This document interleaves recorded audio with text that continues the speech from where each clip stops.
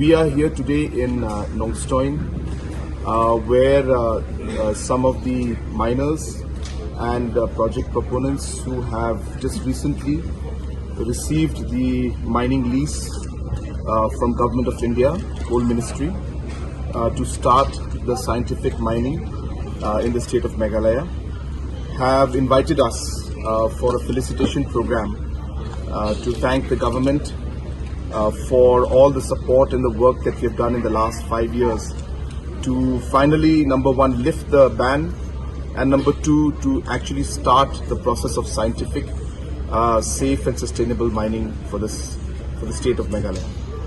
In the process, 4 miners have received the mining lease, post which they will be applying for state clearances like certain environmental clearances, pollution board clearances, and there will be some public consultation, and there will also be some other formalities that need to be completed at the state level. And once that is done, then the process of scientific and safe mining can officially start in the state. As I said, it will take about 45 days to 60 days, but these formalities are very much within the state government. At the same time, in the future, more miners will be applying for the mining lease, and similarly as the process was there for the current 4 miners, the similar process will be followed for the other miners who have applied.